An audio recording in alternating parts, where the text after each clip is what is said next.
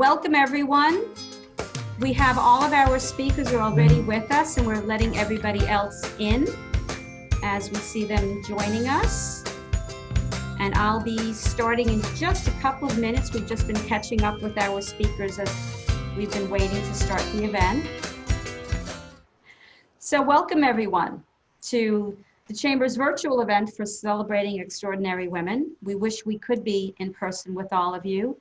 Yet this event had been planned as a virtual event prior to the governor moving us into phase 3.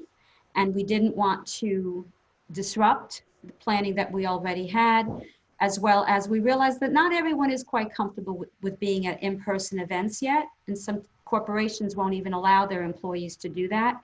So through some work with our executive committee, we made sure that we had some events that we're going to do in a respectful, manner in regard to the CDC guidelines that'll allow those members that want to be able to do those. But we have a couple of that are virtual, and this one worked out well as a virtual event when we did one back in April. So thank you for joining us for Celebrating Extraordinary Women. I'm Stina, President and CEO of the West Orange Chamber of Commerce. And I'm glad to see some wonderful faces here. We have mostly women, yet I see some men there, and I welcome you mostly. Brave, very brave, because you never know what'll come out of a whole bunch of women's mouths. It should be fun though. So thank you again for being here today. We have done this event for many, many years now. When we started it, because some women said to me, why don't we do something special for women? And I said, well, I don't know, why don't we?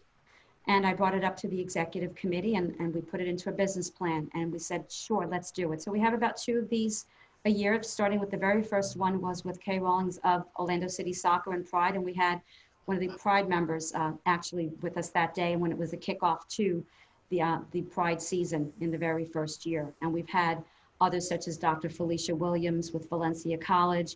We've had Antonio Novello, who was the 14th U.S. Surgeon General. We've had, I have to remember the title I want to use for Teresa Jacobs.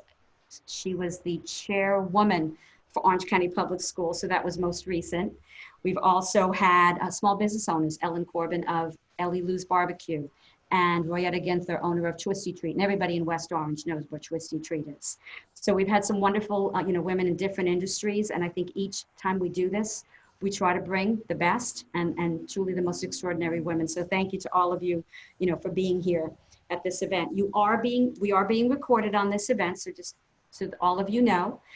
If I say anything inappropriate and stupid, it'll be here for everyone to see. Hopefully I will not. But there is something that I do at each of these events to kind of just warm everybody up and make the mood light. I always tell of one of my most embarrassing situations or wardrobe malfunctions, because we do have a question for all the women later about that. And if I'm going to be one party to answering a question, asking a question like that, I want to be able to share. So I've had some in the past where I've told the story of walking or being in a restroom that then one of my board members, being a man, walked in, and I thought I was in the right place, but no, he was. And then I've had other pieces of undergarments pulled out of clothing because they got stuck because of static cling.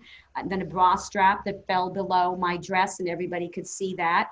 So today's story is when I was at my girlfriend's daughter's wedding, and Nick and I were walking into the church, the last 2 people, thank goodness, and I had a shawl with me, thank goodness, because God must have known I was going to have another one of those moments. And I walk in, and all of a sudden, the mother of the bride comes running over to me, and she said, Stina, the dress is fully open in the back, and I see your entire Spanx. And I'm like, oh God. So thank goodness I was able to put the shawl around me. They shoved me into where the girls were getting ready for the wedding, and they were pinning me up so that I could sit in the back of the church and stay put together until I could rush home and get another dress for the reception. So I've had so many Lollapaloozas of wardrobe malfunctions, and I hope all of you can smile and think of some of the things that have happened to you and you thought you never survived them, but you did. And here I am today. I survived all of those. So at this point, I would like to move on though and see if I can acknowledge some of our elected officials. Carrie, have you seen any elected officials join us at this time? I know we have Landra Robeson, who is not an elected official. However, she works very closely, of course, with our Orange County tax collector, Scott Randolph. So thank you, Landra, for being with us. Oh, on our I'm reviewing the list. I do Okay. not see anyone right now, but I see Melissa. She's there. Melissa Byrd, Orange County Public School Board Member for District 7. Welcome, Melissa. And we have Artina Green, who works with Florida House Representative Camilla Brown in District 45, I believe. So welcome, Artina. Thank you for being here representing the representative. And as the other ones join us, I'll be acknowledging them as well. And let me also acknowledge trustees that I know that I have on here. Of course, we do have Duke Energy represented by our speaker today, Catherine Stempian. And, oh, Kari Conley, I see you too. Board member of the chamber, also with Duke Energy. And I'm looking at the pictures. Krista, will you help me? Because you know I don't know how to do something without a real mouse. And we just want to see what other trustees that we have or board members. Joe Barsh, one of our board members, is here with State Farm. And I see Dr. Kimberly Hardy is with UCF. She's on our board of directors. And Cindy Gustafson is with Observer Media Group, one of our trustees. Maritza with UCF as well. Maritza's with UCF. Thank you, Maritza. Oh yeah, Maritza's one of our past extraordinary women. Let me see, who else do we see? Is that Jo? Hi, Joanne. Joanne is a lifetime ambassador. Hi, Joanne. Okay, so that's it. If I see any other board members join us or trustees or elected officials, I'll try at some point to catch up on those, possibly at the end of the event. So today, as I mentioned, this is just a wonderful event where women can celebrate one another and learn from one another. And that's really why we started to have these types of events. I've gotten to know a little bit, at least each of the women in different ways. I knew Dr. Jenkins' husband before I knew her when I was working on an Olympia High School, getting that built. He got to know me as that difficult woman that wanted a high school at that corner. And Dr. Myra Mansfield, I got to meet through the Winter Garden, Advent Health Winter Garden Advisory Council. And Ileana Jones through membership in the chamber, and she's participating, or she'll be graduating from Leadership West Orange, and she's worked with our Adopt a Precinct program, so just a wonderful lady. And Catherine Stempian I met when Debbie Clements, a previous board member for Duke Energy, invited me to an event, and I got to hear Catherine speak, and I said, we need to have her at one of these events in the future. So just wonderful women that'll be officially introduced in just a little bit. But now I would like to turn it over to Krista Carter, the Vice President, another extraordinary woman here at the West Orange Chamber. All right, hello everybody. Good afternoon and welcome. It's, as Stina said, my name is Krista Carter and I am the Vice President of the West Orange Chamber, and I have the joy of talking about our sponsors today. So I would like to highlight who they are. Our series sponsor is Advent Health, and our presenting sponsor is Orlando Health Central Hospital, and our event sponsor today is Treasure Title Insurance Agency. So I want to go ahead and begin with our series sponsor, Advent Health. Advent Health is a longtime supporter of the West Orange Chamber of Commerce as a community trustee and as a sponsor of many other programs and events such as today. It is my pleasure to introduce Danny Hupp, who is the Manager of Community Partnerships of Advent Health, but more importantly, she is a graduate of Leadership West Orange. So Danny, please give us a little bit about Advent Health and tell us what's happening. Sure, absolutely. Hello, everyone. Good afternoon. I was going to plug that in, graduate of Leadership West Orange, go Slinky Dogs. We got that in before the pandemic hit.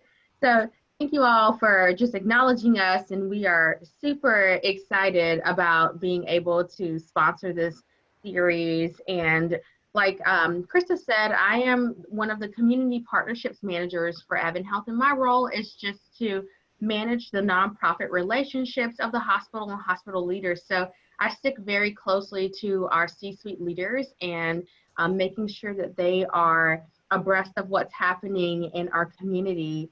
I believe our CEO for the Winter Garden Hospital, Carl Duper, is on the call.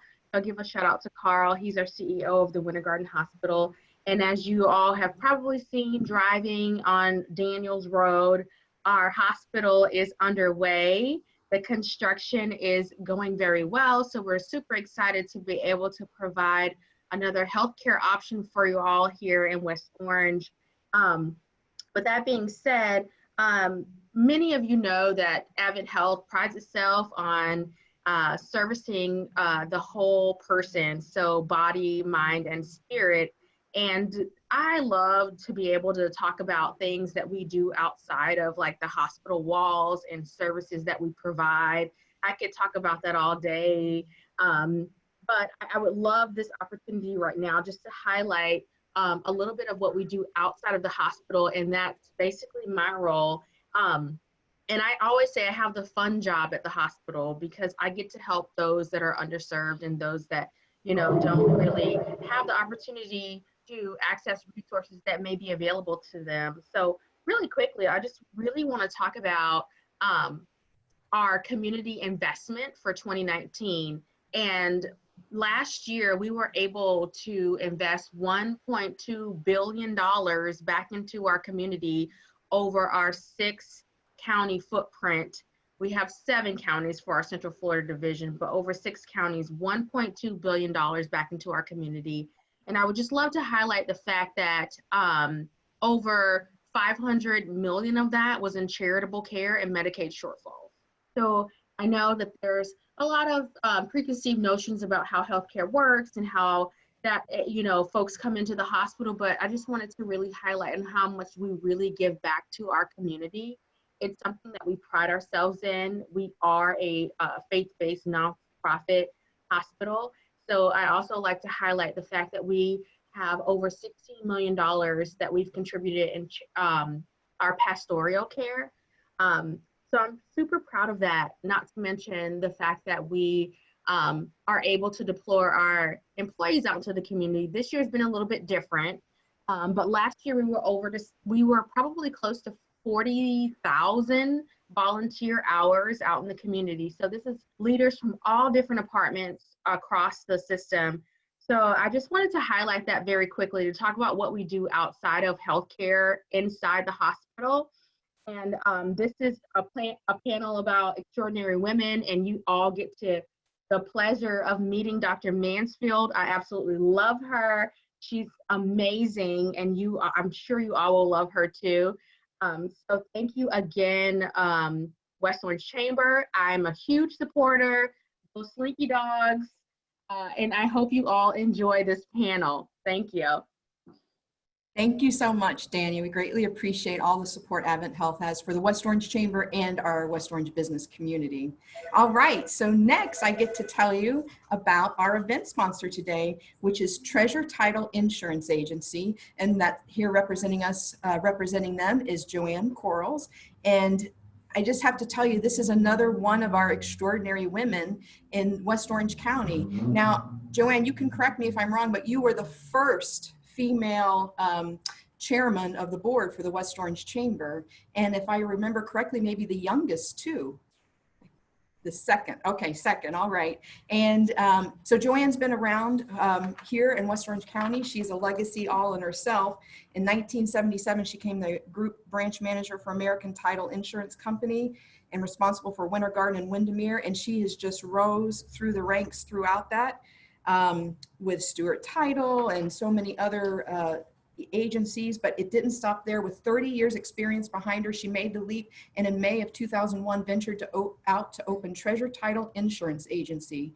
And today she is actively involved in a variety of commercial, residential, agricultural, and church closings, as well as marketing and managing the operation. The team at Treasure Title is awesome. Cassandra and Penny, if you ever need anything, they walk you through the process. I know that for a fact because I just sold my townhouse and they did the title for me, the title work for me, and they held my hand almost literally the whole time through. So if you ever need title work, Treasure Title is the place to go. So thank you so much, Joanne, and thank you, Treasure Title, for your constant support of the West Orange Chamber and the West Orange business community. Oh, and I forgot, Joanne also is a graduate of Leadership West Orange. I believe she was in the very first class of Leadership West Orange back in 1991, I believe. So thank you so much, Joanne. All right, okay, and then our presenting sponsor today is Orlando Health Central Hospital. And Orlando Health Central Hospital has been an avid supporter of our chamber, sponsoring many events and programs, while also being a community trustee of the chamber. And today we're going to hear from Amy DeYoung. She's the Chief Operating Officer of Orlando Health Central Hospital, and I am positive that she's going to be doing Leadership West Orange the next time around it comes up. So Amy, would you please deliver your message for us? Hi, thank you so much. Absolutely. I was actually wondering about that, but I suspect right now is going to be a little bit difficult for you guys to get that up and going, but count me in for sure. We'll see you next year for it, I promise you. Awesome. Sounds good. So thank you very much. I appreciate the ask to be here and to speak, and it's exciting. It's exciting to have some sort of anything for women these days. You know, I really love the fact that you guys put this together, and anything that we can learn from one another and support each other and lift each other up, I think is amazing. So thanks so much to the West Orange Chamber for hosting Celebrating Extraordinary Women this afternoon. Orlando Health is excited to sponsor this event honoring all the extraordinary women in our community. Orlando Health was founded more than 100 years ago, and it's recognized around the world for its pediatric and adult level 1 trauma programs. As home of the nation's largest neonatal intensive care unit under one roof, it's the only system in the Southeast to offer open fetal surgery to repair the most severe form of spina bifida. It's also the site of an Olympic athlete training facility and operator of one of the largest and highest performing clinically integrated networks in the region. Orlando Health is a statutory teaching system and that pioneers life-changing medical research. We have a 3,200 bed system. It includes 15 wholly owned hospitals and emergency departments. We have a comprehensive medical inpatient rehabilitation center. We offer cancer and heart institutes, imaging, lab services, wound care, physician offices for adults, pediatricians. We have skilled nursing facilities and an inpatient behavioral health facility out as well at South Seminole Hospital. We have home health care services in partnership with LHC Group and urgent care centers in partnership with CareSpot Urgent Care. We're excited that on October 2nd, we had Bayfront Health in St. Petersburg join Orlando Health. And Orlando Health is also going to be opening our hospital out in Horizon West. Right now, we have a freestanding emergency department there, and that will be opening as a full hospital on January 30th of 2021. We are hiring, by the way, there's our little plug for our new Horizon West Hospital. So orlandohealth.com if anybody has anybody looking for jobs in healthcare. And a little bit about what we had in 2019. Orlando Health did serve approximately 150,000 inpatients and more than 2.7 million outpatients. That includes our emergency department patients. During that same period of time, Orlando Health provided more than $760 million in total value to the communities it served in the form of charity care, community benefit programs and services, and also our community building activities. So on behalf of more than the 22,000 employees, nearly 3,600 physicians representing more than 80 medical specialties across Orlando Health System, we'd like to thank the West Orange community for their support. Awesome. Thank you so much, Amy. And I want to thank all of our healthcare providers, because right now, if it wasn't for Orlando Health and Advent Health taking care of our community, who knows where we would be at. So thank you for all that you've done for our community, keeping us healthy.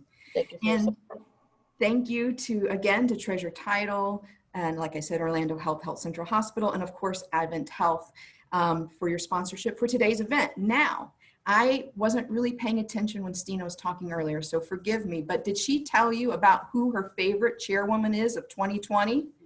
You didn't tell her? Oh, well, I have to let you know that this year, Stina has told me and everybody else over and over again that her favorite chairwoman of 2021 is Deborah Rios Barnes. 2020, sorry, I want 2020 over. I went to 2021. I tried to make Deborah a chairman for 2 years. Sorry about that. But favorite chairwoman for 2020 is Deborah Rios Barnes, and she is going to be our moderator today and host. So I would like to welcome Deborah Rios Barnes with CenturyLink. Welcome. Thank you. Thank you. Thank you. Thank you, Stina and Krista. It is my esteemed pleasure to be with you tonight, along with all the distinguished and extraordinary women on the call. And to all you brave men out there, thank you for joining us as well. I am Deborah Rios Barnes, as Krista said, the favorite chairwoman, at least for now. And I'm wait, also Deborah, I forgot to say the most important part. You're a graduate of Leadership West Orange. Blinky dogs. I'm so sorry. And by the way, we are a trustee too.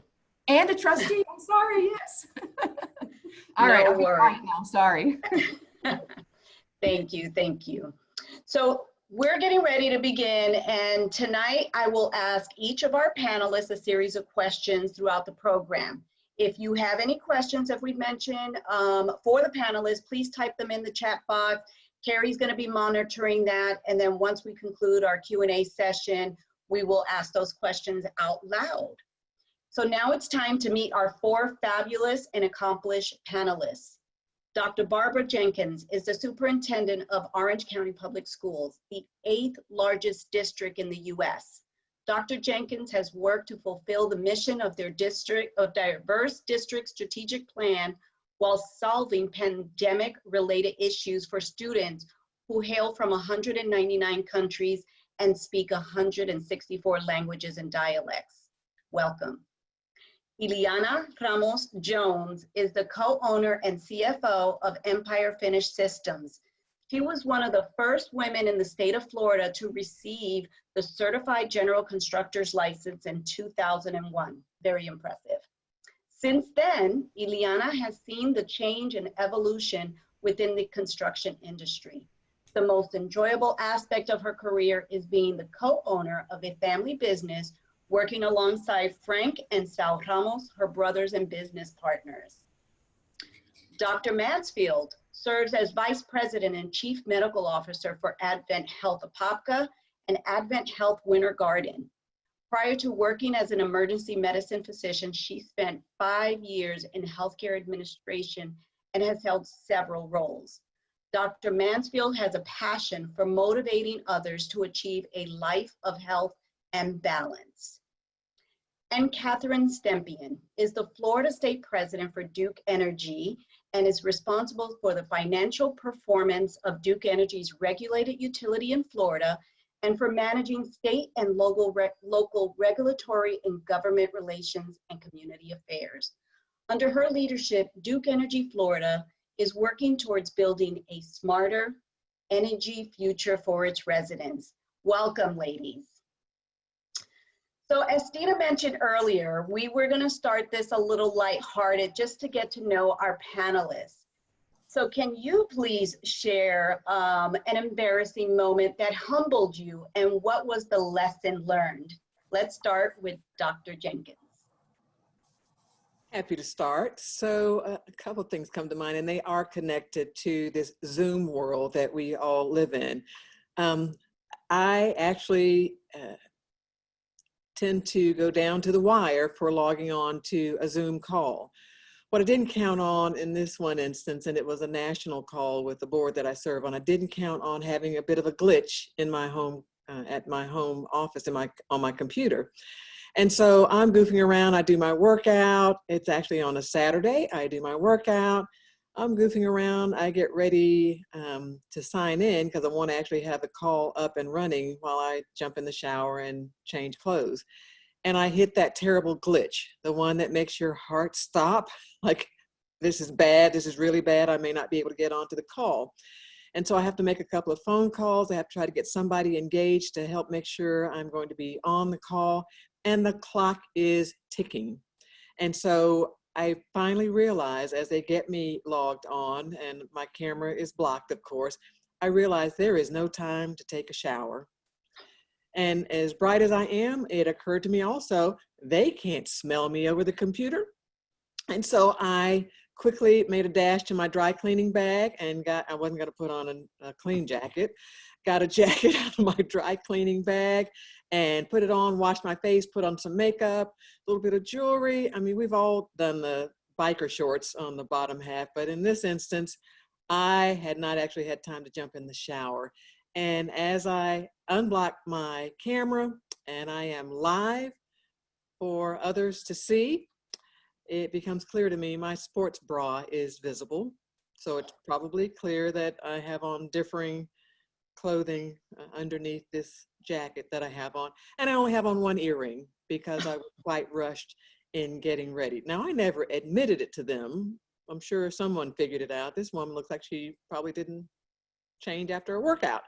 What I did learn though is you cannot overestimate the time you need in advance for preparing for a Zoom call. It seems simpler, but you can really get caught in a lurch if you hit one of those glitches. And the other instance, my chief of staff will tell you, I was on a national newscast and with one of those split screens, and I thought I was looking at the gentleman. I thought I was very bright. It looked like I would be looking at him, split screen. The actual broadcast, I'm looking away from him in the other direction. So the lesson learned is always just look straight forward at the camera and give yourself plenty of time for those glitches. Yep, yep. Yoga pants are my friend. Ileana, how about you? Oh God, I had so many. So recently my husband and I moved into a house that's in the lake, and we're blessed, thank God. And you assume that because the lake is your north neighbor, you assume privacy. You think you're safe. And one of those days, my husband's been working out of the house for almost a year now since the pandemic. And we're having coffee, and it's a late morning. For whatever reason, we're late. And all suddenly we see this gentleman knocking on the window and saying hello on the backyard.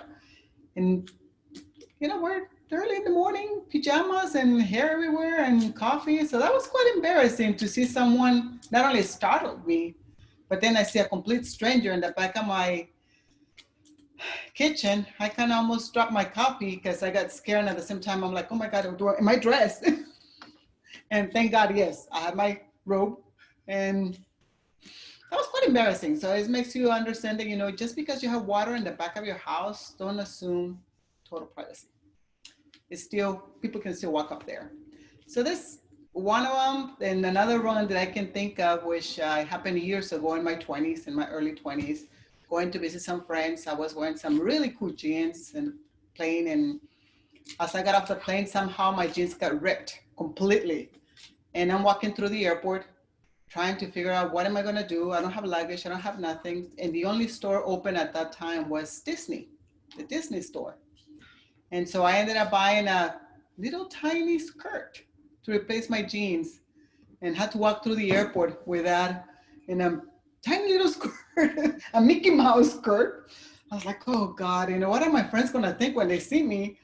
And that was quite embarrassing. That was embarrassing. And since that point on, I always carry something with me in my bag, just in case.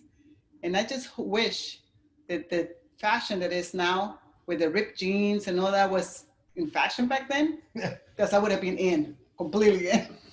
Not the case though. So those were my very embarrassing moments. Thank you. I can think of. So. Dr. Mansfield. You know, I think a recurring one for me that I'm learning to finally just give myself some grace and just acknowledge that this is just part of life now. I have two young kids. I have a daughter, she's 6, and my son is 3. And I'm used to doing business at work, you know, in the hospital, in the ED, in my office, what have you. But obviously with the pandemic, we've had to readjust in some circumstances. And particularly over the course of the summer, there were a lot of times where meetings would get scheduled at all time of the day or night. And so just to give myself a little bit of sanity, sometimes I would get home to then get on a few more calls. And there was one particular, and I do a lot of lectures on well-being, and there was one particular lecture on well-being I was giving. It was actually a rather large conference, and I thought I had locked the door to the office. It's like where I'm sitting right now. It's actually my home office, and I hadn't, not at all. So in runs my 3-year-old who had just gone potty and decided to announce to the world that, congratulations, mommy, I went poopies. And he was Bear. Thank goodness the camera points in this direction and we couldn't see Alex, but you couldn't miss for a second. It was clear as day. When you think like you hope that people, no, totally clear. And you know what, like I was embarrassed for probably about 5 seconds. And the good news is in all of my talks, I try to always talk about my family up front and let them know that I'm a mom of 2 young kids. So it just gave me the chance to be real and acknowledge that, you know what, I'm a doctor, but 100% of the time I'm a mom. And sometimes we have to celebrate that Alex went poopy in the potty because that was a success for him. We were just potty training him. And I did learn my lesson though, that now every time I do a talk from home, I make sure the door is locked. I sometimes don't even tell them I'm back here so they have to look for me a little bit longer. But yeah, that's, he's potty trained. So I guess all in all, it's a win. So it's okay. Lesson learned, lesson learned. My husband just tried to sneak in the door. I should probably lock it. He's potty trained though. Catherine, how about you? Sure, thanks. And first of all, I just want to say thank you for inviting me. As I was saying before we all gathered, it's so great to be part of a virtual gathering of really cool women. So I applaud you all for putting on this event and thank you for including me. So, you know, we've talked a little bit about, all of us have gotten a little bit more casual, right, on these Zoom calls and Teams calls. And we've kind of seen a little window into each other's lives that maybe has previously gone unseen. Like Kari Conley, I've met Duke, her English Bulldog. Other people have kids, right, running in all over the place. And let's be honest, right, the Lululemon attire, the leggings and such have often, you know, we've been a little bit more casual, a little bit more comfortable. But so my lesson is that there are still some business formalities that should be adhered to. So I was very excited. I was meeting a customer. This was just about a month ago or so. And because of all of the COVID requirements, nobody conscious of the health restrictions. So I set up a meeting with this particular customer outside. And this was not, I should say, it was not like a big problem meeting. It was really just a meet and greet, get to know you kind of a meeting. So, so I was very excited. You know, first time I'd put on heels and makeup in a long time. But as I said, it was a meet and greet. So I wanted to be kind of casual, let this customer know who I was, get to know me. We made arrangements to meet outdoors at the St. Pete Pier. So I live in St. Petersburg. And so I made a fatal decision at that point, which was, well, St. Petersburg is a very dog-friendly community. So I'll bring my dog along. We'll be outdoors, you know, he'll see me as a, you know, friendly kind of person who loves dogs. So I brought my dog along to the meeting and, well, let's just say it didn't go so well. My dog started out very majestic, very well behaved. But after about 20 minutes, he gets agitated. He gets a little bored. He starts barking. Before I know it, my 65-pound dog is crawling onto my lap, is crawling onto the customer's lap. We're getting lots of stares. And in fact, we got kicked out. The rest, even though we were outdoors, had to say, you know, I'm sorry, your dog's barking too much. Can you leave? So it was a little too disruptive, but you know, I learned that no matter how casual we've gotten in this new world of COVID, probably the better form of judgment is to keep a little business formality still and not invite your dog to your business meeting. Got it, got it. Thank you. So as women and leaders, we have all had to overcome obstacles throughout our journey. Can you describe a time in your career when you were faced with a challenge or obstacle, and how did you handle it? And what advice would you give other women who are facing similar challenges? I would like to start out with Ileana this time.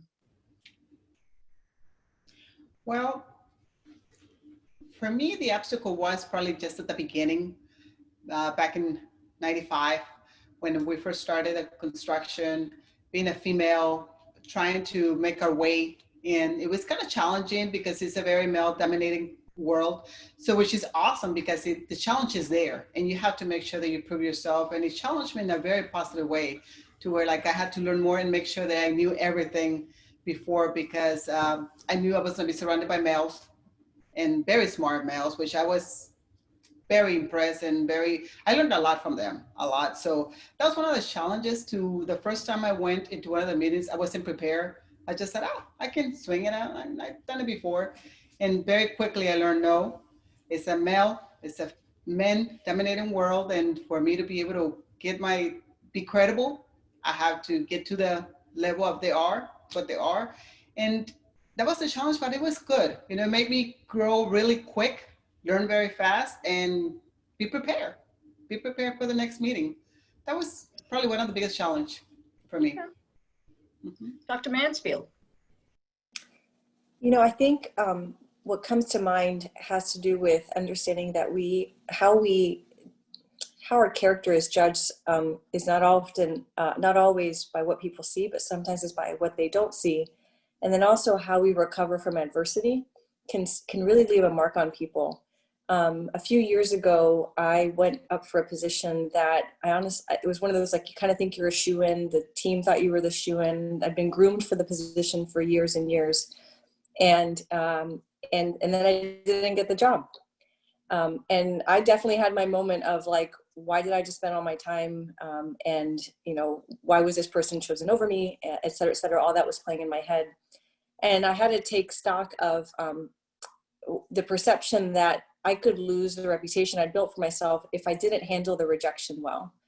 And although admittedly, it probably took me a few days to wrap my head around it and get over the disappointment, once I finally found that in myself, and also understanding that, you know, a lot of us don't like feeling negativity towards somebody else, and just kind of eats away at you. And so one of the ways to overcome that is to recognize it and then do something proactively about it. So I reached out to the person who would be my new boss and said, you know, I'm disappointed, but I understand that for your success, I have to support you. And I'm going to do everything I can to make sure you're successful. And I realized that a lot of it had to be with, you know, the things that my parents, I thought about, I want to make my parents proud. And if I don't treat this rejection well, I'm not making them proud. And you know, I'm in my 40s and I still try to think that way, act in a way that would be coming of the person I was raised to be. And then the example that hopefully one day when my children are old enough and I need to give them an example of how to recover from adversity, that I could do that. The funny thing is it also taught me a second lesson that it took me a few months to understand. I had been trying, my husband had been trying for some time to get pregnant, undergoing IVF and everything else. And I'm very open about this journey because I think a lot of people are not, and there's a lot of taboo. And unbeknownst to me at the time, when I was turned down for the job on a Monday, I found out a week later that I was finally pregnant. And now my 3-year-old son, who comes in and tells me he went potty successfully, was the result of that. And so I have to also take that lesson as a reminder, as a Christian, that there's a bigger plan that sometimes I may not understand in the moment. Sometimes I just have to just continue to be the person I am, and then it'll reveal itself why things happen the way they were. And had I taken that job, I honestly don't think I would have been able to maintain the pregnancy because of the stressors of it. And subsequently, you know, we can go on and on for all the doors that opened, and I'm in the position I'm in now actually because I didn't get that other job. And so it's just that greater reminder of humility is a good thing. Accepting failure with grace is probably a lesson we can often be reminded of. And I think that's a lesson we can teach our youth. Wow, that's a great message. It is very true. There's always a greater plan that we don't know. Thanks. Catherine. Well, it's hard to follow that, Dr. Mansfield, but I think mine actually has to do a little bit, you know, with the theme of kind of overcoming adversity or overcoming a bad situation. So my story was kind of making that move between individual contributor and manager. I had previously been recognized and rewarded for my personal work, my hard work, my overachieving, my always, you know, being the person that you could count on. So I got put in charge of people without a whole lot of training on how to be a manager. And I struggled. I didn't always have good experiences. And one specific experience was supervising a woman who was just a couple years younger than me. And she was very ambitious, and she thought I was not supportive of her enough. And it did not end well, we'll just say that. But the important part is a number of years later, after that experience, and through another reorganization, I actually ended up having one of her best friends be a direct report of mine. And her friend was somebody who was very kind of open and blunt. And she let me know very early on that she had a lot of concerns about working for me. And I took the opportunity to be kind of open, honest, and vulnerable with her. And I apologized to her for, you know, my kind of naivete and maybe that I had not met my own hopes and expectations as a manager and a supervisor, though those many years previously. I kind of let her know the other side of the story, the pieces that she was not hearing about, but I didn't do it in a defensive way. I didn't blame her friend. I did it in a way that, you know, I did not meet my own expectations, and I had learned a lot, and I had promised going forward I would be more open and honest and having conversations with her. And it worked out fabulously. She became one of my kind of trusted advisors. And I think to this day, even though she's now, you know, we haven't worked together for a long time, I think that those bridges that I built back then really paid dividends and taught me a lot. Thank you. Dr. Jenkins. Thanks, Deborah. And let me add how pleased I am to be with such an esteemed panel. Catherine mentioned it earlier. I wanted to say how much I appreciate being a part of the West Chambers event as well. Let me tell you what my challenge was. I've had a wonderful career, so many wonderful mentors, and I will speak to this in one of the other questions later, but most of my mentors were men. The challenge that I can recall that still sticks with me actually had to do with a female who could have been a mentor, maybe was a mentor in several ways. But in this instance, I was about 7 months pregnant, clearly pregnant, and she knew that I was going to be offered a promotion, and took it upon herself, I'm sure she meant well, but took it upon herself to tell me, you know, you don't have to take the promotion. And I was a bit shocked by that, but she was implying, you know, here you are pregnant, maybe it's not the right time, maybe you shouldn't take this promotion. But it was the kind of comment, the kind of bias women usually would expect to hear from males in an organization or in a company.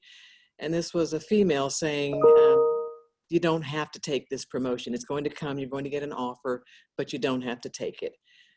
Anyone who knows me even partially, I will tell you how I overcame it. I took the promotion. 7 months pregnant, I took the promotion. Had no intention of turning it down.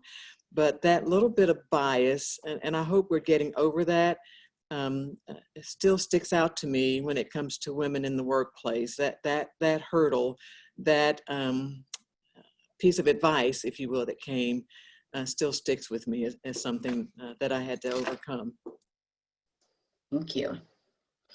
So you just mentioned it. We can all agree that having mentors and role models is really, really important. Can you share with us who inspires you and what is the best lesson he or she has taught you? Let's start with Dr. Mansfield.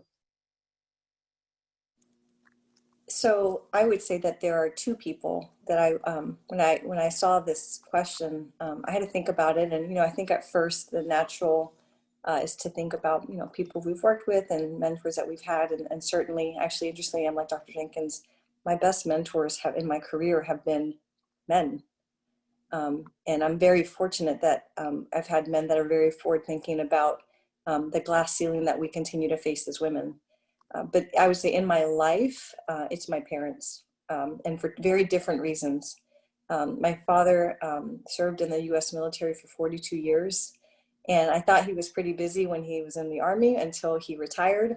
And then he took on every opportunity to serve his community and really advocating for veterans. And he continues to do that in Orange County. And that's pretty remarkable to me that his schedule is pretty jam-packed because of all his service commitments. And that's something that he taught us growing up, but to see him not taking retirement lightly and instead really trying to find ways to help veterans get the care that they need, being a veteran himself. So professionally, that inspires me to find ways to serve. And part of why I work where I work, because there's more to our job than just caring for patients. Service really means a lot more.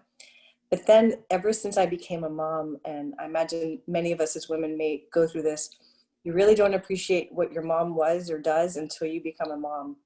And it is remarkable to me day in and day out.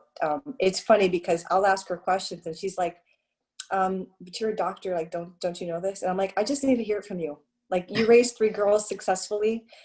You've helped raise like 7 grandkids. Just tell me, like, this is the right thing to do. And even at times when she's questioned medical evidence, I tend to go with her because she's done it for a long, long time. So as a mother, although my kids are still young, now my goal is to aspire to be the grandparent that now they are for my own kids. But I couldn't think of anybody who inspires me more, because one has taught me how to be a good mom and still teaches me, because I'm not getting it right all the time. And then just, like I said, my father, so. Thank you. And Vicks Vapor Rub is the cure for everything. It is, and Robitussin, like we need nothing else. Catherine, how about you? So I'm going to go a little bit more maybe formal, famous kind of inspiration. And so it's important to understand that my background is in legal. So that's where I started out my career, was as a lawyer. And I can think of no bigger inspiration as a female lawyer than Ruth Bader Ginsburg. And I wanted to share just a couple of her famous quotes that really resonate with me. And the first is that she said, "Women will only have true equality when men share with them the responsibility of bringing up the next generation." And I think it is so important for women in the workplace to have a partner who is willing to equally share all of those responsibilities, because we can't do everything. I think she also said, you can have it all, just not all at the same time. Mm-hmm. And I really think that unless we have men as equal partners, or, if it's a female partner or whatever, you have to have an equal partner if you're going to have a family. Otherwise, but the second one that she said was to fight for things that you care about, but do it in a way that will lead others to join you. And I have to admit, this is the one that I aspire to, and I don't know that I always meet up with, because I get so passionate about issues. I think everybody else should be as passionate, or everybody should understand the importance of it. And not everybody does. And to be able to convince, to persuade, to lead others to that point of view is really critical in leadership, and a quality that I'm constantly striving to do better at. Thank you. Thank you. And you broke up a little bit, but your words all came out. Might I recommend CenturyLink Internet Service? Just wanted to throw that plug in there. Dr. Jenkins, how about you? That was a great plug, Deborah. I got to give it to you. I do. So when it comes to who inspires me, I'd have to say my mother. My mom passed away back in April of pancreatic cancer, but her words always ring true. She was a bit of a pioneer and entrepreneur, but a very determined woman. When she got divorced, I was in first grade. And so she raised 3 boys and 2 girls on her own, 2 of them with doctorates, 1 lieutenant colonel from the Air Force, 1 master sergeant in the Army, and a corrections officer promoted to actually to public information for corrections. And so she ran a pretty tight ship as a single mother, but it's also a tribute to my grandparents. My grandmother was a strong woman as well, and they were like 2 extra parents once my dad was out of the picture.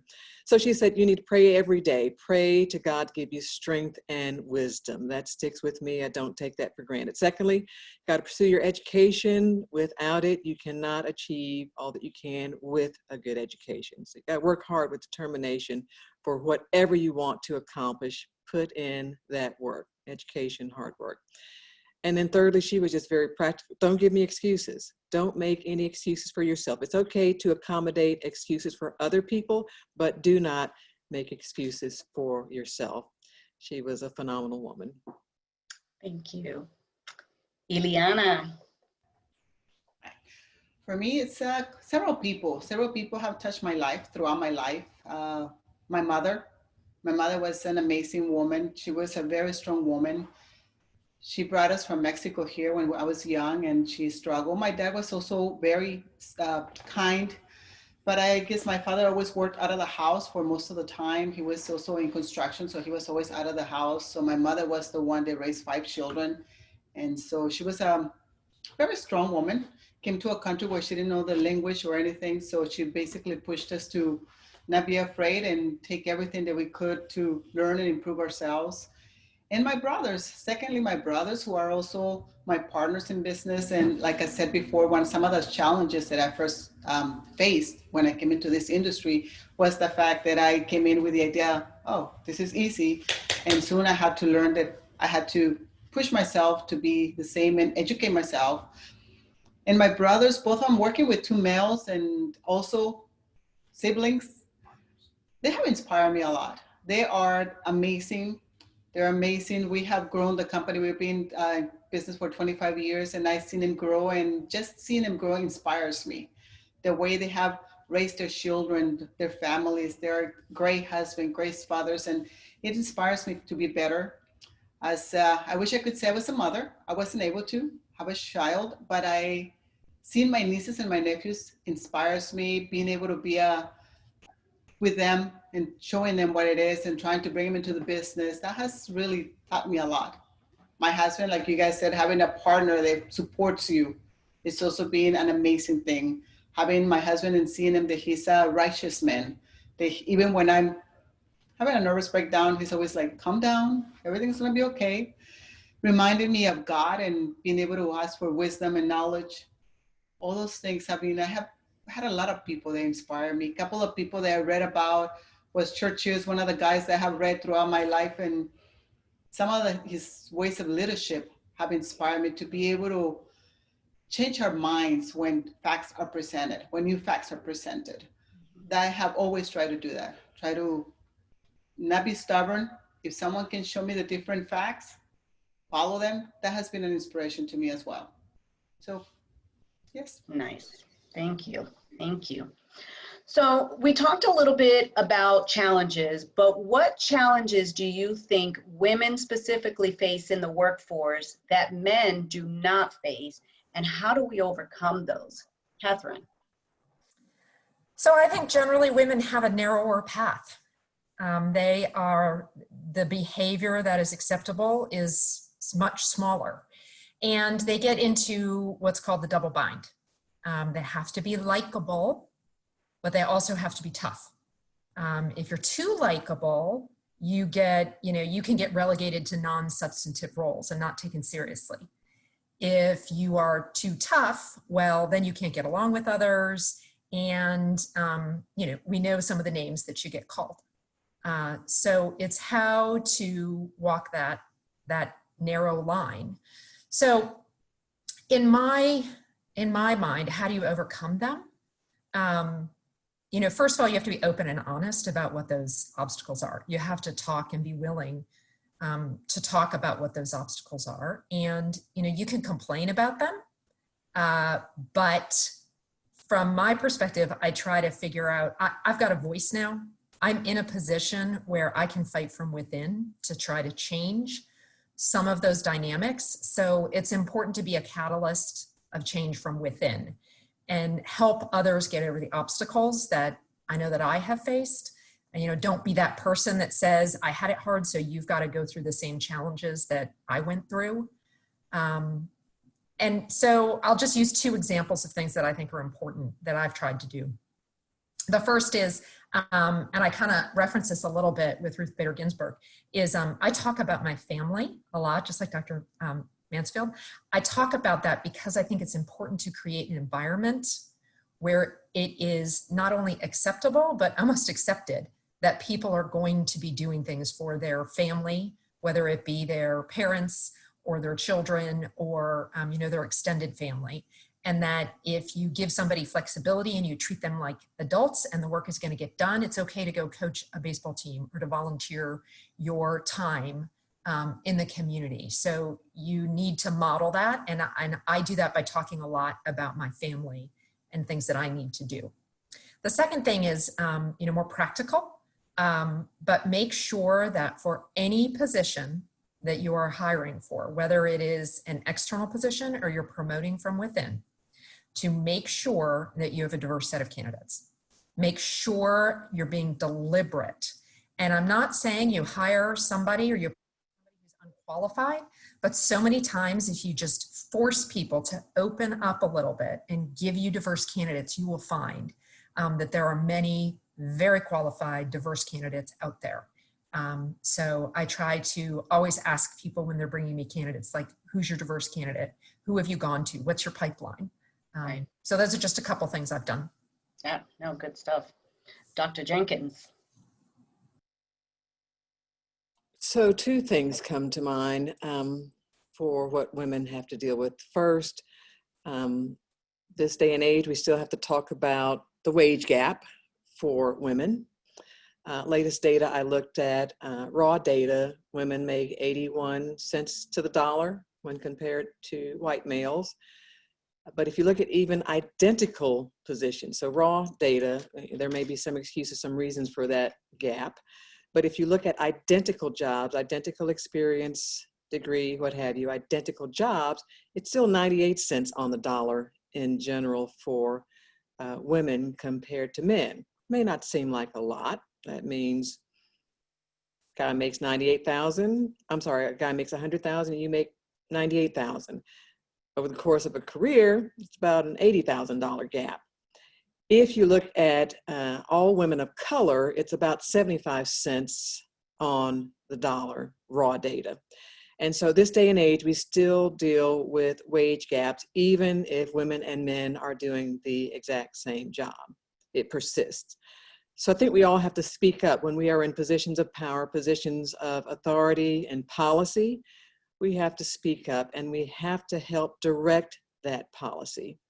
I think we have to monitor for those overlooked groups, as Catherine just spoke to, overlooked groups, minorities and women who may be overlooked, and then monitor and look at the data, see whether or not there are disparities there that should not exist when it comes to salaries. And I have to tell you, because it's been mentioned more than once, this notion of mentoring, women in leadership have got to mentor other women, help someone else up. I don't know if it's this feeling that there's only room for one woman in the boardroom or one woman at the higher ranks, but women have to be responsible for mentoring and lifting up, pulling up other women. And then secondly, this issue of women who have to deal with childcare and motherhood issues. If you've not seen a couple of the talks by Indra Nooyi, who used to be the CEO of PepsiCo, she just talks about, if you want me and my skill talents, my children come with me. And after school is out, I'm going to have to go pick them up and they're going to be in my office while I'm working because I work until evening hours in some instances. So she made it a given that her children were a part of the deal. The more important point she makes is, what are we doing about this going forward in the future? Because as baby boomers move through this stage of needing to deal with childcare and elder care, there have to be some provisions made, whether or not it's daycare offered in the work setting or other opportunities for women who have children that need childcare. We have to have some strategies in place and pursue some policies to help those young women who have childcare needs, those women of child rearing age. Absolutely, and especially now, we need more flexibility than ever before. Oh, if we don't replace the workforce, I think she said everybody's responsible for 2.4 children, some statistic like that. If we don't make an accommodation, we will not replace the workforce as baby boomers retire out. Millennials will not replace the workforce that we. Ileana, you kind of mentioned a little bit, especially in your industry, that it's more male dominated. What have you seen? Well, first of all, just as an insight, portalates are very challenging. But in reality, it is the same, as Catherine said, trying to kind of succeed in a world that is mainly male dominated, the income, the salary, like you were saying, also it's a disparity between men and females. Those are challenges as well that we have seen in the industry. As the owner and manager, CFO of a company, I have tried to help other women and bring more women. As of right now, it's only about 9% of women in the construction industry nationwide. And we're still going through a lot because mainly the females in the construction are either in the office. In the field, there's a lot less. It's about 3% in the field. So we're still not in because of maternity, because of children, because we have obviously less strength. We're still not where we should be. And when I see women, I have a couple of women actually working in our office, and one female that works in the field, and seeing her out there just makes me feel so proud. because the industry has changed a lot since I started to now. Now we're seeing more younger people. We're seeing more females also interested in it, architects, engineers, and people that are actually more in the field. And I'm really looking forward to seeing more females. The industry that I'm in, I find it very fascinating. It's my attention span is kind of small, so this is the great industry for me because things are changing constantly. You're creating, you're doing things, and so that's one of the things that I look forward to. And one of the challenges is that trying to bring more women into the field, trying to see and be accepted. And when I say accommodate women, as I say, portalets or a bathroom or so, sometimes I hear well, you're in my field. You have to adjust. And it's like, it doesn't have to be just their field. It could be our field as well. And I agree. Even though at first I found it very challenging because it was so males, most of the people they have accepted and have mentored me have been males. Since there's not that many females, it is hard to find more mentors as females. So that's one of the things that I feel that is changing, and that I look forward to see more females out there. And I'm always trying to hire more females, and I'm always fighting to make sure that they get the same equality, the same respect, and the same treatment as males. And also with children.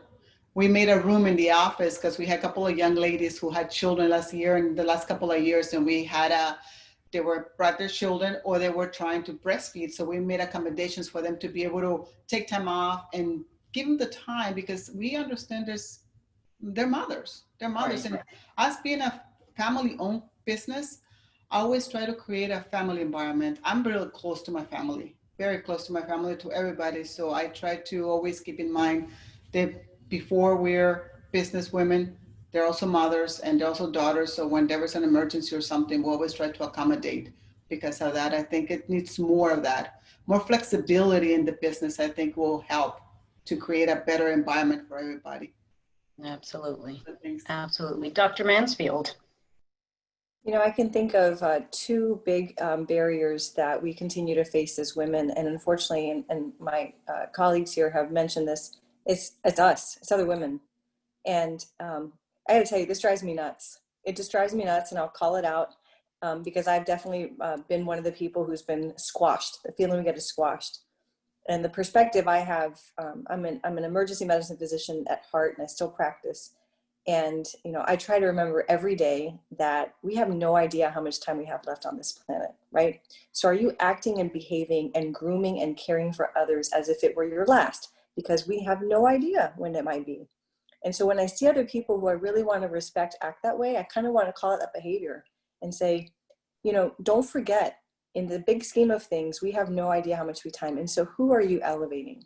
And I agree with Catherine's comments, which is then it's our responsibility, because a lot of us haven't had the luxury. I have not had a significant female mentor that was consistent, and instead of very amazing male mentors. And so it's our job, right? Let's not complain about it. Let's fix the problem. Let's do so, but let's elevate appropriately. The other concern certainly has more to do with the pandemic right now. If you haven't seen the article from the Wall Street Journal, it was on September 30th that came out, and it was a study that was looking at the impact of the pandemic and the effect it would have on women's careers and how it could set us back dramatically. And I, you know, on the one hand, I look at it and say, how fortunate is that some families can afford to cut back and have somebody stay at home. The problem is that somebody, if you flip a coin, most of the time, it's going to land on the mom, on the woman, on the person who is doing most of the child rearing. And so the detriment to women's careers, I don't think we're going to begin to fully comprehend for probably years to come. And that's certainly concerning. But yeah, I agree with what everybody else has said, which is, you know, we need to call it out, and then we need to then turn the paradigm and then be advocates ourselves. I think, and this is going to probably sound silly to you, but you're probably going to understand. I think we're going to have reached equity as women when we don't have to wait as long in line to go to the bathroom at a concert or at any kind of location as men. And I say that because I was at a conference, and this, you know, the disparities in number of women versus men in healthcare are no different than we see in most other professions. I was at a conference, and we've had this conference at the hospital every summer. And let me tell you, it's the only conference I've attended where there is no line to the women's room. and the line to the men's room circles the conference room. I actually took a picture of it. And I took a picture because it bothers me and I wanted to remind me that this is not acceptable. And the day that I have to wait in line at this medical conference is the day that I think we will have reached equity. I want to wait in line at this conference. But somehow at the medical conference with medical leaders, there's not enough women to have a line. So as silly as it sounds, I had that's the how I know we're gonna have exact, equity. yeah, I had the exact same experience 15 years ago, where the CFO, male CFO of my company, was standing around looking, going, I don't understand, why is the men's bathroom line so much longer than the women's line? Every time I go to a concert, the women's line is longer. I'm like, it's because there's no women here. Yeah. Wow. Thank you for that. So obviously, if the younger version of ourselves could have seen into the future and the past taken, we may or may not have landed here today in this current moment. So all things considered, what a blessing that we don't have that power. However, is there a situation in your professional life that you would have done differently, and how so? Let's start with Ileana.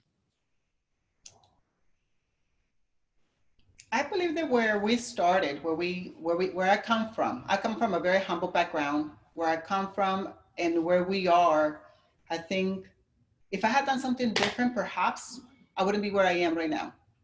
Now, I would have probably tried to surround myself with smarter people since the get-go. But getting smarter people meant higher incomes. And at the time when we started, it was not possible. So I had to hire people that I had to train. And it took longer to achieve where I am. So I think that's one of the things, and realize that sometimes hiring qualified and smart people and surround yourself with those people can help you achieve the outcome faster than trying to solve the issues yourself. I think that's one of the things that I would have done differently, to be more open-minded to that instead of just trying to train everybody myself. Right, right. But I'm very glad to where I am. I feel very blessed. I thank God for where we are, and I believe we have achieved. I'm in a good place. I have to say that I'm in a good place. And sometimes when I think about those things, I'm afraid that I wouldn't be here if I had done things differently, perhaps. Right. Dr. Jenkins. This was a tough question because I have been so fortunate. I've been so blessed. Wonderful life partner, Harold. Stina mentioned earlier, she knew Harold before she knew me.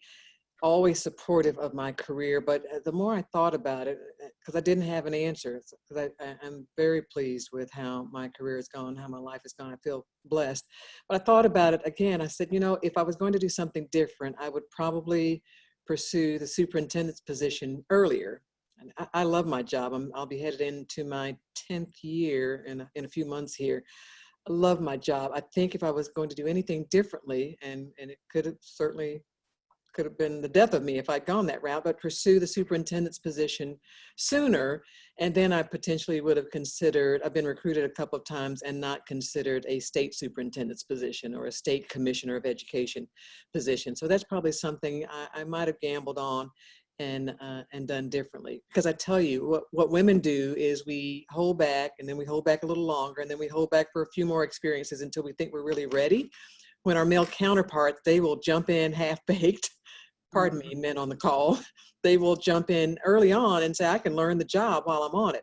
Females tend to wait and then wait some more and wait a little bit longer, thinking they need to have everything perfected before they pursue that CEO level position. So if I was going to do anything different, it would probably be to pursue it earlier and then consider at least the state level commissioner position. Absolutely. Catherine. So I don't want to come across as not being self-aware, but I kind of have a problem with this question. And that's because I think, you know, the kind of saying hindsight is 20/20 comes to mind. I think we all as women are so hard on ourselves. We beat ourselves up so much that to look back and to criticize, you know, how could I have done things differently? You know, what would I have done different? Just seems to me to be an opportunity to beat myself up. So are there situations I've learned from? Absolutely, right? Do I need to be more patient? Do I need to be more self-confident, as Barbara said?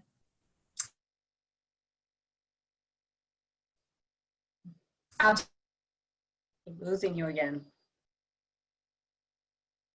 Absolutely. Those are things but to put it in the context of, looking back and would I change it?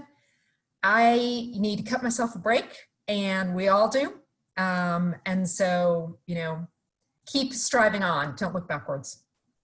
Fair enough, fair enough. And I think we all have learned and improved from our failures as well. So that's always a good thing.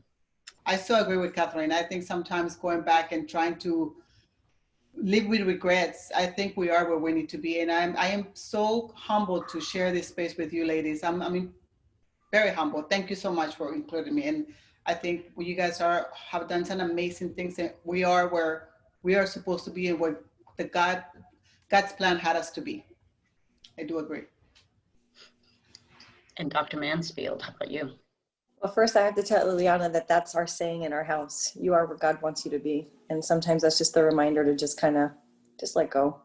I agree with what everybody has said. And it's funny because, that probably says something about women in leadership, that we have figured out a few things, thankfully. One is it took me a while to figure out to cut myself some grace, because if someone else is willing to give me grace, why am I not willing to give it to myself? There's a saying that I read that really resonates, which is, you speak more to yourself in your head than anybody else throughout the day. Be kind to yourself. And I have to remind myself of that still. I'm not very good at this. It's still a work in progress, but that is something that I wish I had been more aware of, because I did beat myself up more. And that's probably the most important. But professionally, I wish I had found my voice earlier. I wish, and this is to Dr. Jenkins' point, I wish I didn't second guess myself like I've learned some of my male colleagues don't. I wish I didn't, after meetings, leave and wish I'd said something. And I'm there now, and probably some would say you probably talk too much. But again, I go back to my ED thing, which is why I might die tomorrow. So I got to say what I have to say. And the key thing is I think a lot of us take some time to find our authentic selves and be comfortable with our authentic selves and share that with the world, and not this caricature that we think people want us to be. And I really wish I had found that earlier in my life, because it's such a better place to be in. But to everybody's point, it's a journey. And there were definitely a lot of bumps in the road to be able to get to that space. And that's, if I could talk to my 20-year-old self, that's what I would say. Be graceful to yourself, demonstrate grace. Don't talk so negatively in your head, and speak up, because your voice matters. Most definitely. Thank you. Krista, we have one more question. Are we good, or were there some questions in the chat? I would like, hi, now you can hear me. I'd like for us to go ahead, and there is a question in the chat box, and I'm gonna go ahead and read it, and let's do that instead of what we have planned, okay? You good with that? All right, so this one says, thank you for sharing your work and leadership experiences with us today, ladies. I would like you to address how to break through the glass ceiling in the Good Old Boys Network.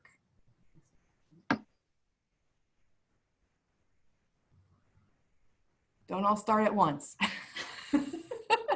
What's the thing? So Ileana, I know you have had to deal with that, right? So for me, it's one of those things, like I said, the good old boy, and which that good old boy system still exists.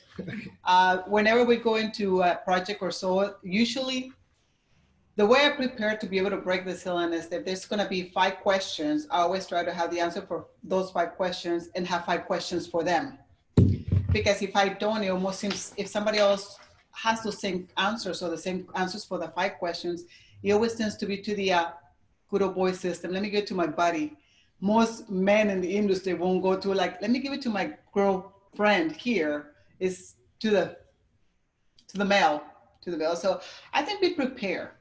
And like you guys ladies said, don't be afraid to speak up. Don't be afraid. I mean, even if you make a mistake, it's okay. We're human, and they will understand. And I think men respect us more when we speak up our mind than we would just tend to be pushed to the side. I think speaking up is one of the main things for me. And I have to say that probably my mother, in this part, I think she would be proud, because she always pushed us to speak up. She always, one of her things was speak up your mind, because nobody else is going to be able to read it for you. So speak up our minds and just be prepared. be prepared and have the extra question besides the good old boy question. So that is how I have done it. So I love that. I love that answer, Ileana. I would agree. I think the only female in the room, I've been the only female in the room on more than a few occasions. I think you have to study the topics so you are well informed. You have to come across that you deserve to be there. You have to be willing to speak up as well and ask good questions. But I think also for females, if you go into, so this is on the lighthearted side, you go into a room and there are mostly males there, you just assume you are just as capable and responsible and available for whatever's going on in the meeting. And quite frankly, you don't volunteer to be the note taker or the secretary, and you certainly don't offer to get the coffee. I think as hard as it seems, I believe our opportunities are expanding. I think we just have to go in with the mindset and the self-confidence that we deserve to be there and be prepared. Study your trade, know the latest and the greatest in your topic so you're one of the experts in the room. So I agree with what you women have said, speaking up, making sure that you study and you know your stuff. But from a more lighthearted perspective, you have to be yourself. You can't be somebody that you're not, but it helps to study what the people, just like if you're in a room of customers, you want to be able to connect with those customers. If you're in a room with men or your leadership is all men, you have to connect with them. And so it sounds trite, and I know a lot of women do this, but you read the sports section, the sports page every day. I know who's winning, who's not winning.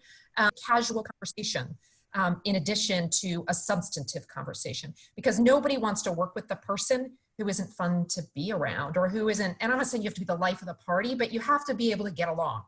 And so you gotta meet people sometimes where they are. That's a great point. Just walk right up to the guys who were talking about the game last night and jump right in. And I think the other thing I would add is building relationships, right? And building them from a place that actually comes from sincerity. I also think that we have to recognize that as women, we have a superpower that men don't. And generally speaking, there are things that we just collectively do. It's innate, I think, to how we're raised, and we should use it to our advantage. And that's empathy. We tend to be more empathetic. We tend to be more compassionate. We tend to be just certain types of nurturers. Well, that to me is a superpower, right? At least in healthcare, being empathetic to the needs of the people around me, particularly in times of stress, that is something that if I can just ramp it up, that's success. I'll talk to my husband about difficult relationships that I have to sort through, or difficult conversations with certain physicians or family members or what have you.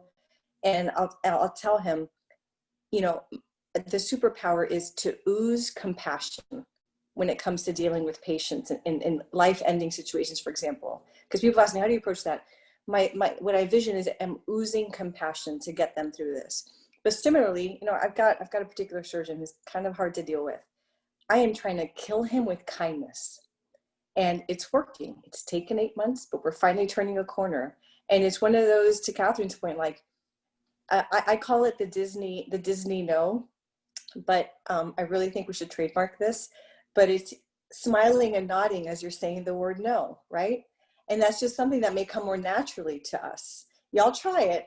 Now, the problem is if you start to do this a lot, don't tell this to your significant other, like your husbands, because they might catch on to it. I shared this at a conference that my husband was attending, and we got home and he was like, oh my God, you do that to me all the time. But it works very well. The Disney no, you smile and nod as you say no. But the point is learn what your superpower is. I mentioned a few that just happen to be ones that I focus on, but there are things that you bring to the table that nobody else has. That's why you're there. And so make sure that you're using it as effectively as you can, that you've fine-tuned it as effectively as you can. And in some cases, the ability to build strong relationships is that superpower, because we're doing it all the time. We're doing it at home. We're doing it with our kids. We're doing it as we juggle 15 different things. So it's just about bringing it into the workplace and using it to your advantage. That is awesome. We do all hold that superpower, so I'm going to try that.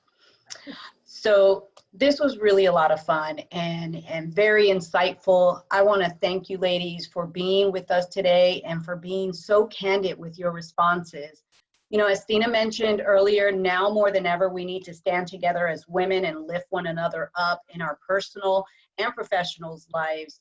Each of you have inspiring stories that we can all take something away from those, and we really appreciate you sharing that with us today. So now I'm going to pass it back to other extraordinary women, Krista and Stina. Thank you, Deborah. I hope you all enjoy this. We are wrapping it up because we want to be respectful of everyone's time, especially those moms that have to still take care of young children. I'm fortunate that I am a very proud mother of 34-year-old identical twin sons, one that just got married this past weekend and one that is having a baby boy in February, and my other son who is probably waiting for dinner at home, but he's 28. And so I so agree with so much of what all of you have said, because it is about the commonalities, right? Even though all of you are so different and you have different backgrounds and different educational levels and just all your life's experience are different, but how many things do we have in common? You know, I mean, I was listening to what Dr. Jenkins was saying. You know, her mom passed away of pancreatic cancer. My brother has pancreatic cancer right now. You know, my son, who is finally pregnant after almost 3 years of trying with his wife, is finally, you know, pregnant. So just hearing all this is like, you can also relate, you know, talking about breaking that glass ceiling and the good old boys network. When I got to this chamber 19 years ago in December, I interviewed against 7 men. I was the only female. And I remember my husband's partner saying to me, I can't even believe you're going to try for that job. What chance in heck do you have of getting it? Well, that made me want that job even more. So just to hear all of your great stories and just, you know, the common threads that we all have, and we do have to help one another, you know, to achieve whatever it is that we want to achieve. And like what you said, Catherine, about Ruth Bader Ginsburg, you know, I used to think that I could have it all and all at the same time. And the pressure that I put on myself and the pressure that I put on my children to be perfect and great at all, you can't do it all at the same time, but you can have it all in different aspects of your life. So thank you so much for sharing all that you said. And Ileana, you know, I forgot to mention the one thing, and since Deborah, my favorite chairwoman of 2020, plugged for CenturyLink, I want to plug for the great job Empire Finish Systems did with the facade of this building. If it wasn't for you all, we wouldn't have the beautiful building that we have on the outside. So thank you for that generous contribution that you made, because you didn't plug it and I forgot to plug it in the beginning. And you will be one of my most favorite board members next year when you take on Chamber Board of Directors position. So thank you. And as you were saying, I'm also going, running for commissioner of District 2, so also running against males and trying to break the good old boy system. Wow. In Winter Garden. Well, congratulations on that. Okay. Breaking news here at the West Orange Chamber, not just on CNN, MSNBC, or Fox. Breaking news right here at the West Orange Chamber. So thank you to Deborah, who is truly my strategic partner. And when I say strategic, she knows exactly what we mean by that. And she will be joining me at my home with my favorite VP and our incoming chairwoman of the chamber, Camille Evans. Deborah is the first ever Hispanic female to lead the Chamber of Commerce, and Camille Evans, who will be our chairwoman in December, our first ever African-American chairwoman. And we didn't plan it. We didn't do anything intentional. These are just great women that we identified and said, we want them. Ileana, when I first met you, you intimidated me a little bit. And I said, I want her in leadership at some point in this chamber. And thank you for being the leader that you are. Things work. They come together for, you know, just the way they should be. So thank you, ladies, for all.